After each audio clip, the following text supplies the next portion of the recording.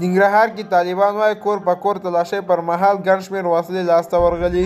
سلام ستړي مه شئ، وخت مو پخیر. په لوی افغانستان چینل کې د تا ښه راغلاست وایم.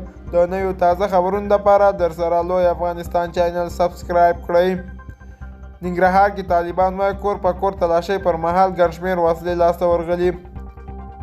په ختیځ کې د طالبان 201 خالد بن ولید قل اردو ویان مولوي وحید الله محمدي نن دوشنبه 15 د اورید له عادي روز ورځپاڼې ته ویلي چې د طالبانو د ګډو ځواکونو له لوري د جلال آباد ښار اړوند د 8مې ناحیې په دامنه بلنغر او همدارنګه د 6مې او 9مې ناحیې په مربوطاتو کې کور په کور تصفیوي عملیات پر مهال 80 میله وسلې کشف او ترلاسه کړي دي.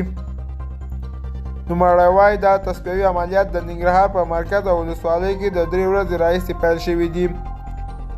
محمدي زیاتوي د ننګرهار په مرکز او یو شمېر ولسوالیو کې د طالبانو له لوري د تېرې 3 ورځو راهیسې د عملیاتو پر مهال په جلال آباد ښار خالص فامیلي بلندغر دامنه شیخ مصري سیمو کې 80 میله سپکې وسلې 12 دوربینونه 114 تاجرونه 15 مخابرې 7 چانټې 816 پیره د سپکو وسلو مرمۍ د طالبانو له لوري کشف او ترلاسه شوي دي او عملیات لا هم دوام لري.